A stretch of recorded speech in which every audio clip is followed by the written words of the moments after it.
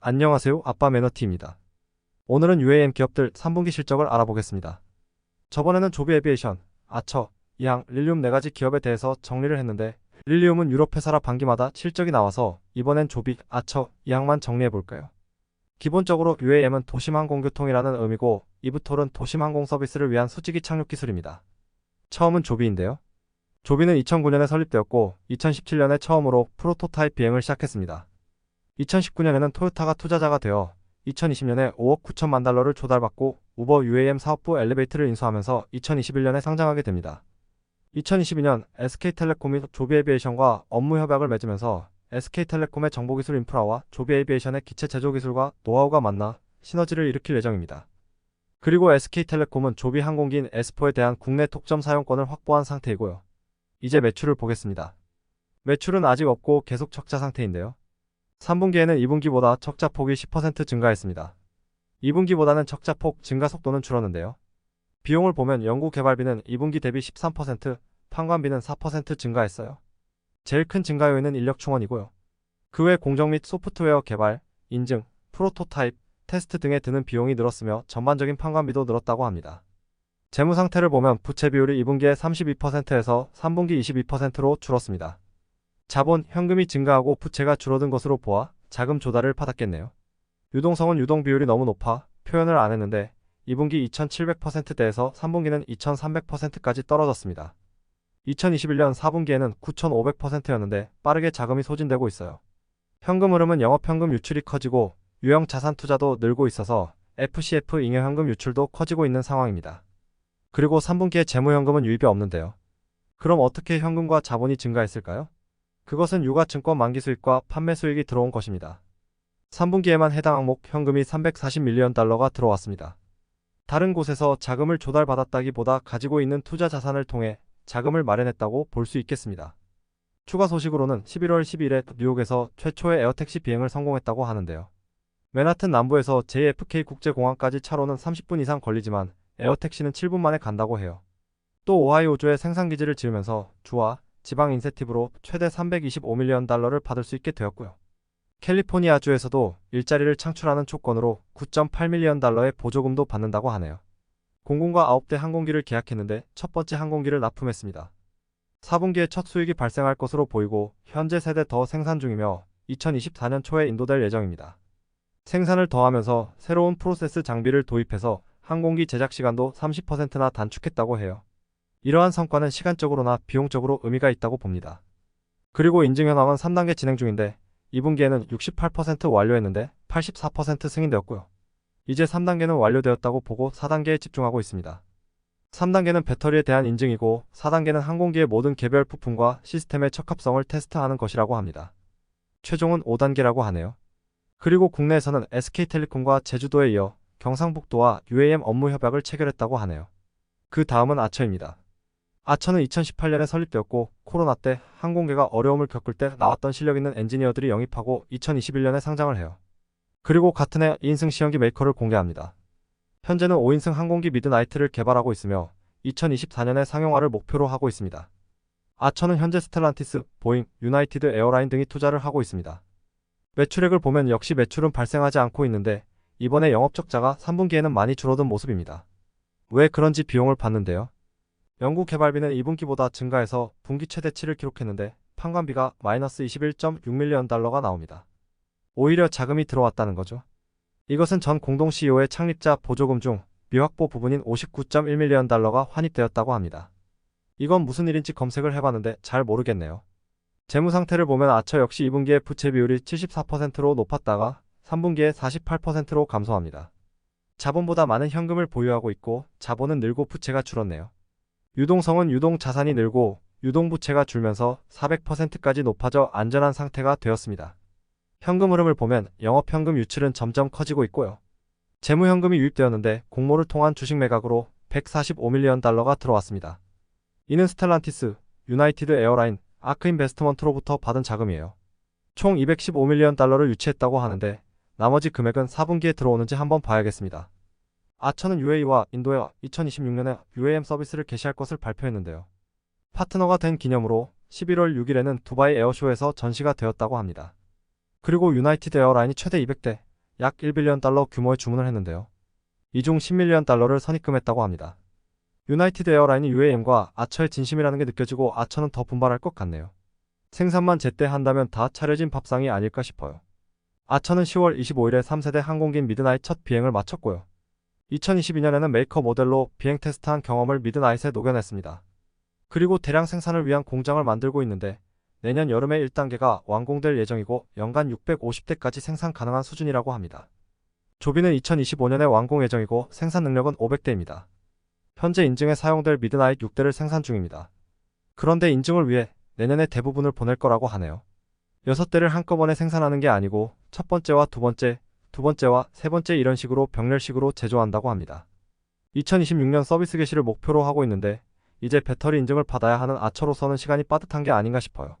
그 다음은 이항입니다. 이항은 2014년에 설립되었고 2016년 CES에서 세계 최초로 1인승 유인 드론 이항 184를 공개했습니다. 2018년에는 이항 16 후속 모델을 선보였는데요. 2019년에 상장을 했는데 2021년 울프백 리서치에서 이항이 매출과 기술을 조작했다는 리포트가 나오면서 곤혹을 치렀습니다. 그 이후 2022년 일본과 인도네시아의 공급 계약을 체결하였고 VT-10, VT-20, VT-30 등 장거리용 드론도 발표했으며 2023년 10월 조종사 없이 승객을 태우는 자율 운항 드론 이항 16S가 세계 최초로 무인기체에 대한 형식 인증서를 획득했다고 합니다. 이제 매출을 보겠습니다. 이번 3분기 매출액은 3.9밀리언 달러로 최근 3년간 분기 매출 중 최고 실적이네요. 원래 2020년까지 제품 중심 판매로 매출이 잘 나왔는데 제품과 비행 서비스를 통합하는 방향으로 전환하고 인증을 진행하면서 매출액이 줄었었거든요.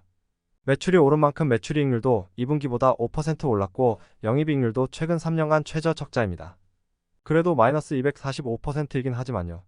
실적 보고서를 보면 항공기 판매 대수가 2022년 3분기는 4대, 2023년 2분기는 5대를 판매했는데 이번 3분기는 13대를 인도했습니다. 엄청난 발전입니다. 비용을 보면 3분기는 2분기보다 돈을 더 썼는데요. 마케팅비와 연구개발비는 비슷하고 일반 행정비가 23% 증가했습니다.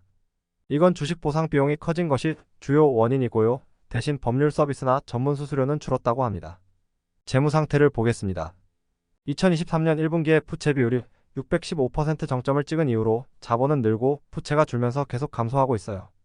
유동성 역시 2023년 1분기를 기점으로 계속 증가하여 재고를 제외한 유동자산으로 유동부채를 커버할 수 있는 정상적인 수준으로 회복했다고 봅니다. 현금 흐름이 분기로는 데이터가 제공되지 않아서 추측만 할 수 있는데 이 3분기 적자가 약 20밀리언 달러. 20밀리언 달러를 메꾸면서도 자본이 23밀리언 달러가 늘고 부채가 15밀리언 달러 줄었으니 단순하게 계산했을 땐 적어도 2개 분기 동안 60밀리언 달러를 조달받지 않았나 싶습니다. 실적 보고서에는 투자자로부터 자금을 조달받았다 정도의 멘트는 나오네요.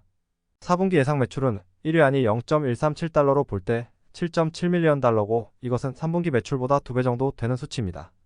점점 매출의 가속이 붙고 있는데요. 2023년은 16.2밀리언 달러로 마감할 것 같고 2022년보다 166% 증가할 것으로 나옵니다. 추가 소식으로는 저번 UAM 소식 영상에도 말씀드렸지만 CAAC 중국민용항공국으로부터 무인항공기 클라우드 시스템인 UACS를 승인받습니다. 무인항공기를 대규모로 운영하기 위한 시스템이라고 합니다. 그리고 9월에는 볼링이라는 종합 비즈니스를 하는 기업이 EH16S 5대를 구매했습니다. 100대를 구매할 예정이라고 하며 허페이시 정부에서도 216 시리즈를 최소 100대를 주문할 예정이라고 해요. 그러면서 1억 달러 규모의 자금을 지원할 예정이라고 합니다. 이제 형식 인증을 받은 EH16S를 생산하고 있는데 4분기부터 인도될 예정입니다. 현재 중국 내부적으로 245대, 아시아에서는 210대 이상을 사전 주문으로 받았고요. 앞으로의 계획은 EH16S에 대한 생산 인증과 가망성 인증을 받아야 되는 것 같습니다. 그리고 전고체 배터리를 투자하면서 비행거리와 안전성을 더 높이는 것이고 장거리 모델인 VT-30에 대한 개발에 집중할 예정이며 화물운송 버전인 16L에 대한 운전 및 시운전 인증을 획득하였고 형식 인증을 준비하고 있습니다. 소방용도 준비한다고 해요. 여기에 외국에도 형식 인증을 받아야 되는데 이것은 1년 정도 소요될 예정이며 승인을 받게 될 경우 본격적인 매출 향상은 2025년이 되겠네요. 그것에 대한 시작으로 이번 11월에 스페인의 UAM 센터를 개관했다고 합니다. 이제 본격적으로 생산을 해서 인도하게 된 이항이 흑자가 되려면 최소 얼마의 매출을 해야 될까요? 정확하진 않지만 대충 계산해보자면 현재 매출이익률이 65%인데 더 많은 생산을 했을 경우 70%까지 나온다고 가정해보겠습니다. 매출액의 70% 비중, 매출이익이죠. 이것이 못해도 3분기에 들어간 비용인 12.4밀리언 달러는 못해도 넘어야 된다고 생각했어요. 그럼 최소 분기에 18밀리언 달러를 해야 되는 것이고 매출이 늘었을 때 변동비가 늘어난 것까지 감안하면 그 이상이 되어야 되겠습니다. 3분기에 13대를 인도해서 3.9밀리언 달러니 최소 60대는 판매가 되어야 합니다. 변동비에 대해서 고려가 안 된 부분이니 이보다 훨씬 많이 항공기를 판매해야 될 겁니다. 종합해보면 이 항이 현재 UAM 상용화에 제일 앞장서 있는 상태고 그 다음은 조비, 아처 순으로 보입니다. 이 항의 경우 내부 형식 승인이지만 워낙 내수시장 수요가 많을 것으로 보이고요. 만약 내년에 외국에서 형식 인증을 승인받게 되면 매출의 점프업이 점진적으로 일어날 것 같아요. 그리고 무인 항공기를 통해 물류용, 소방용으로도 이용하려는 것 같은데 이 부분에서도 엄청난 수요가 예상됩니다. 조비, 아처와 같은 대형 항공기는 무인 비행도 상당한 시간이 걸릴 것 같아요.